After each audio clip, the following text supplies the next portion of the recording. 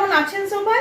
সকলকে স্বাগত জানিয়ে আমি সুরভি আবার একবার হাজির হয়ে গেলাম রবিবারের সকালবেলা একটা নতুন ব্লগের সাথে।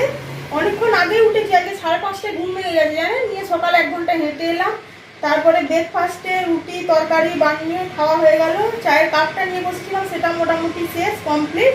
এবার আপনাদের দাদা বাজার গেল, এখন বাজার নিয়ে আসুন, দেখি বাজার কি নিয়ে আসে, তারপর রান্না বান্না করবো। আর যত গাড়িগুলো সমুদ্রে যেতে হয়। চলুন আবার দেখা হচ্ছে পরে, গাড়িগুলো চলে যাবে। সকাল থেকে গাড়ি রাস্তার উপর ঘর আর গাড়ির আওয়াজে মাথা গরম হয়ে যায় জানেন। চলুন আবার পরে দেখা হচ্ছে বাজার হাট আনার পরে।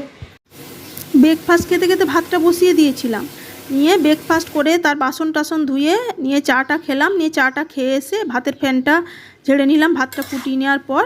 তারপর দেখলেনই তো আপনাদের দাদা সবজি বাজার নিয়ে আসলো, সেসব সবজি বাজার ধোয়াধুয়ি করে এখন রান্না বসিয়েছি। অনেকটা দেরি হয়ে গেছে, শাক বাছতে যেয়ে তো অনেকটা টাইম চলে গেল, মাথা গরম হয়ে গেল। নিয়ে 1-2 আঁটি শাকের মধ্যে 1 আঁটি পেলাম আর 1 আঁটি ফেলে দিতে হলো। তাই আপনাদের দাদাকে বললাম, তুমি গ্রামে বড় হয়েছো, গ্রামের ছেলে, আর এখনও শাক চিনো না, এরকম শাক নিয়ে এসছো। আর গুয়াহাটিতে জানেন তো একদম ভালো শাক পাওয়াই যায় না, ওকে বেকার বলেও লাভ নেই।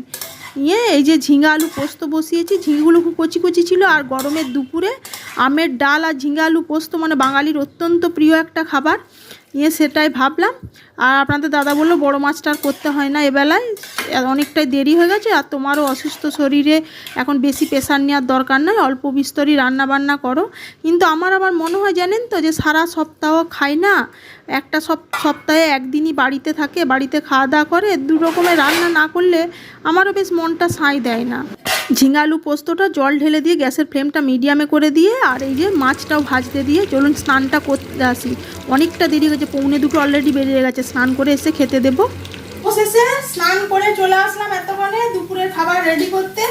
এই যে খাবার সার্ভ করছি, সবার খিদে পেয়ে গেছে জানেন।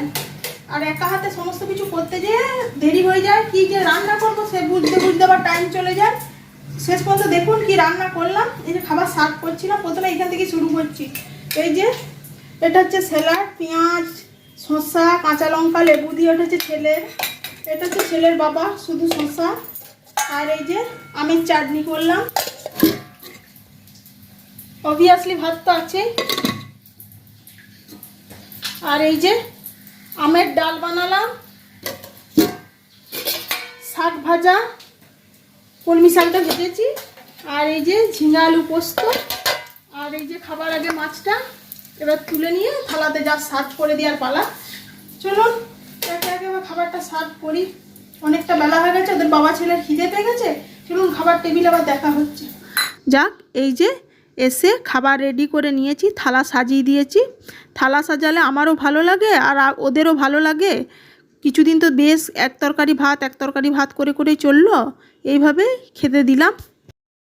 শুভ দুপুর বন্ধুরা, অবশেষে রবিবারের দুপুরবেলায় চলে আসলাম লাঞ্চ রেডি করে। একদম লাঞ্চ নিয়ে সবাই মিলে একসাথে বসে পড়েছি। শেষকালে অনেক চিন্তা ভাবনা করে এইটাই রান্নার ডিসিশন নিলাম, নিয়ে রান্না বান্না করলাম। চলুন শেষ পর্যন্ত দুপুরে কি রান্না করলাম সেটাই আগে আপনাদের সাথে শেয়ার করে দিই। এই যে কলমি শাক ভাজা, আমার হাতে ভাতে ভর্তি কলমি শাক ভাজা, ঝিঙে আলু পোস্ত, আম মুসুরির ডাল, আমের চাটনি, আর এই যে জাপানি পুঁটি মাছ এনেছে আর রুই মাছ এনেছিল, রুই মাছটা বানালাম না, এটাই করলাম। এই মাছ ভাজা আর স্যালাড, যার মধ্যে আছে শসা পেঁয়াজ লঙ্কা লেবু। এই একটা থালা আগে রেডি করে নিয়েছি, তারপরে এই যে আমাদের মাছের বেড়েছি, বাকি তরকারিগুলো এখনো নিয়ে আসিনি, কারণ নিয়ে আসলে পুরো টেবিলটা ভরে যায়। আর বাটি বাটি করে আর নেবো কি, অনেকগুলো বাসন হয়ে যায়, আমাকেই ধুতে হয়। তাই একটা থালা রেডি করে নিয়ে বাকি থালাগুলো নিয়ে এসেছি, বাকিগুলো নিয়ে আসছি। চলুন শেষ পর্যন্ত আমরা দুপুরে খাওয়াটা এনজয় করে খাই। চলুন খাওয়া দাওয়া হোক। আজকের ভ্লগটা এখানেই শেষ করছি, আবার দেখা হবে অন্য কোনো ভ্লগে। সবাই ভালো থাকবেন, সুস্থ থাকবেন, আর ভালো লাগলে অবশ্যই আমার পাশে থাকার অনুরোধ রইল। ধন্যবাদ।